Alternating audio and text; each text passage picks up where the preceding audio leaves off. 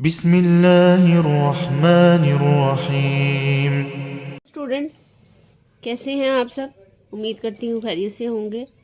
آج ہم اپنے نیا لیکچر لے کر آئے ہیں اپنے چینل اسلامی اسٹڈی میں۔ آج ہم پڑھیں گے فعل نہیں کے حوالے سے۔ فعل نہیں کیا ہے، اس کو کیسے بنانے کا طریقہ کیا ہے، یہ سارا آج ہم سیکھیں گے۔ بڑھتے ہیں اپنے سبق کی طرف۔ سب سے پہلے ہے فعل نہیں۔ فعل نہیں جس میں کسی کام سے روکا یا منع کیا جائے اسے کیا کہتے ہیں؟ اسے فعل نہیں کہتے ہیں۔ نہیں سے تو ویسے ہی آپ کو پتہ لگ رہا ہے کہ کسی کام سے روکنے کو، منع کرنے کا کہا جا رہا ہے۔ اور لا تضرب، تو نہ مار، یہ اس کی مثال دے کر انہوں نے اس چیز کو واضح کر دیا ہے کہ لا تضرب، تو نہ مار، یہ فعل نہیں ہے۔ جس میں بھی لا آئے گا وہ فعل نہیں ہوگا، تو فعل نہیں ہے۔ تو اس کو ہم پڑھیں گے۔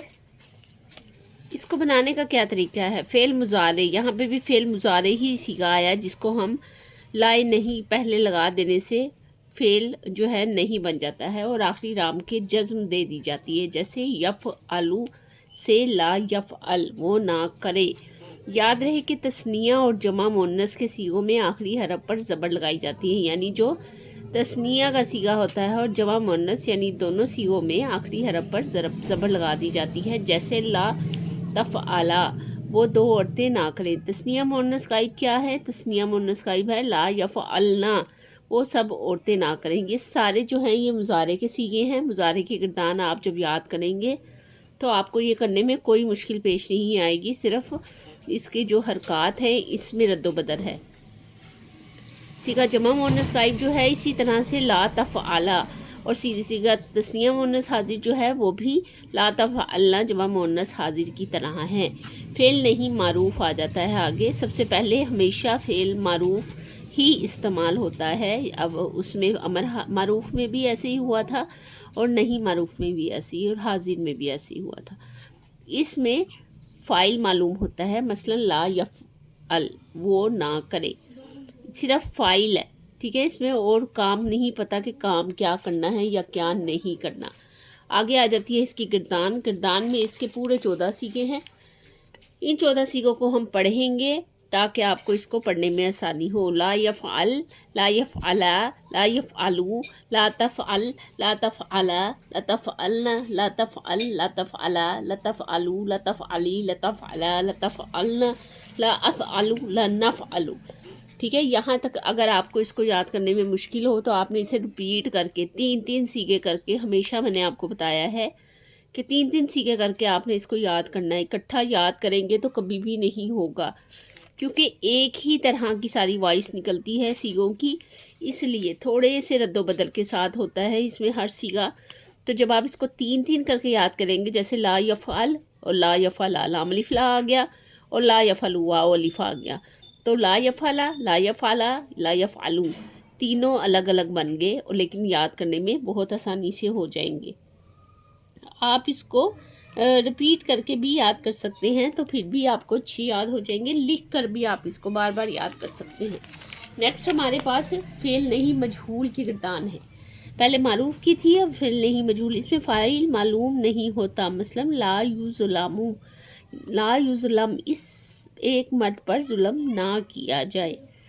اب اس کے بھی 14 صیغے ہیں، اس کو بھی ہم پڑھیں گے۔ لا یضرب، لا یضربا، لا یضربو، لا تضرب، لا تضربا، لا یضربنا، لا تضرب، لا تضربا، لا تضربو، لا تضربی، لا تضربا، لا تضربنا، لا اضرب، لا نضرب، ٹھیک ہے۔ یہ ہم نے اس کا یہاں پر کر لیا۔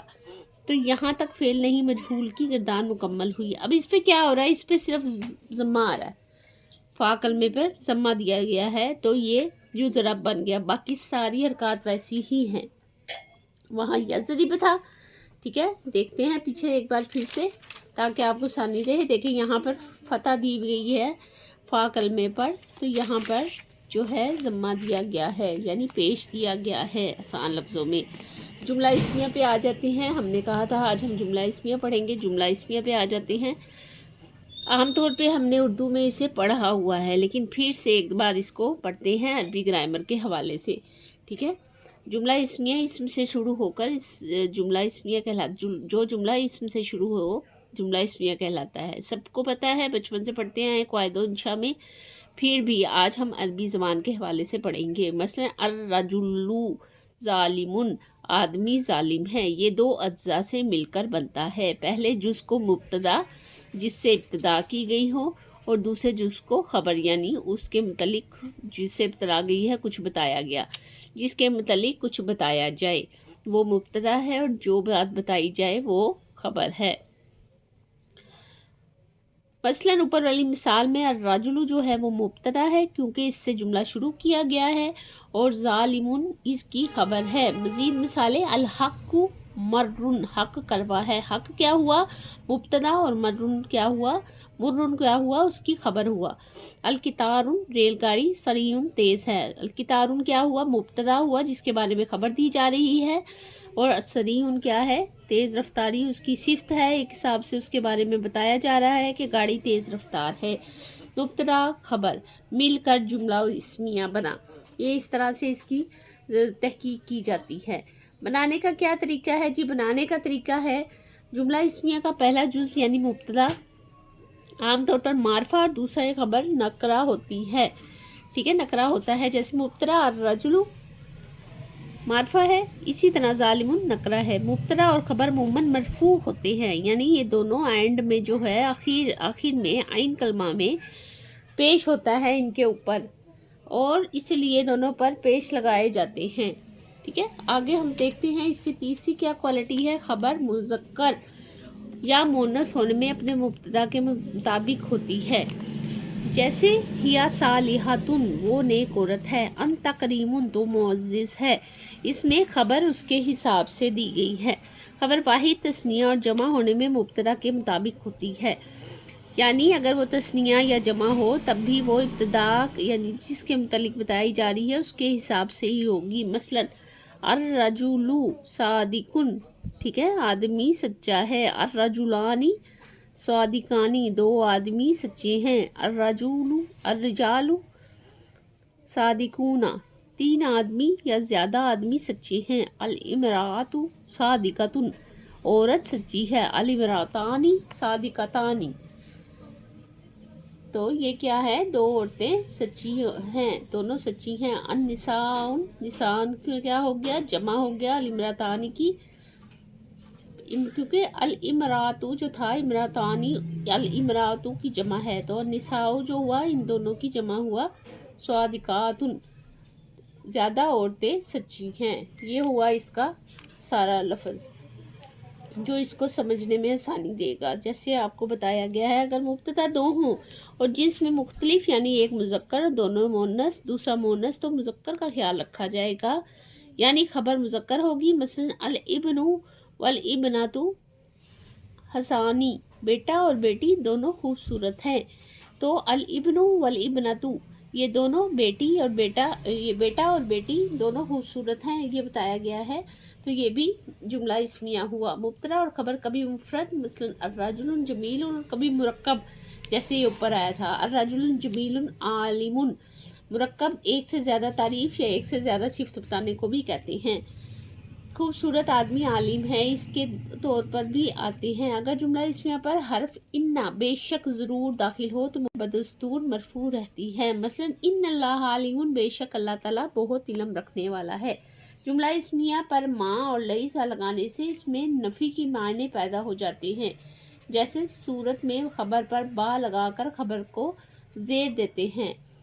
مثلا ما زید بعالم، لیسا زید بعالم، زید عالم نہیں ہے.